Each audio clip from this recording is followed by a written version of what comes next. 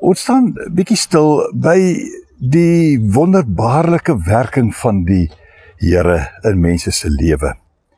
Hy wil graag hê ons moet weet hoe die pad vorentoe geloop moet word. Nie noodwendig wat gaan gebeur nie, maar die manier hoe ons die pad moet loop. Onder andere gee hy dit byvoorbeeld die opdrag aan Paulus om in Handelinge 9 vers 6 te gaan en te doen wat aan hom gesê word. Nou, dit is die eerste van 2 gedagtes wat ek met jou wil deel oor die opdrag gaan en doen. Ek lees Handelinge 9 vers 6. Jesus is aan die woord. Nou dit is interessant, hy praat nou hier natuurlik nadat hy uit die dood opgestaan het. Hy sê vir Paulus, staan op en gaan na die stad toe. Ek vermoed dit kan dalk na Damaskus wees, alhoewel hy ook later in Jerusalem gekom het. En daar sal vir jou gesê word wat jy moet doen. Paulus het 'n belewenis gehad, hy het 'n konfrontasie, 'n ontmoeting met Christus gehad. En nou die pad vorentoe.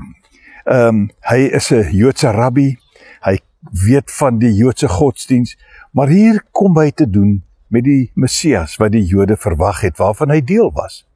En nou kom die Here Jesus met 'n opdrag na hom toe gaan, en daar sal vir jou gesê word wat jy moet doen.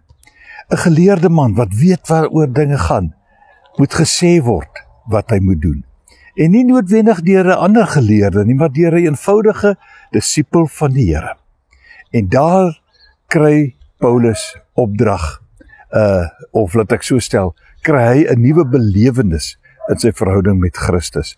Hy word gedoop, hy kan weer sien, ensovoorts, ensovoorts. En nou gaan sy pad verder. En ons weet dat hier die opdrag wat die Here aan Paulus gegee het, vir die wêreldse geskiedenis 'n nuwe rigting gegee het, 'n nuwe hoop gegee het. Christus is geopenbaar deurdat hierdie man gedoen het wat die Here van hom verwag het.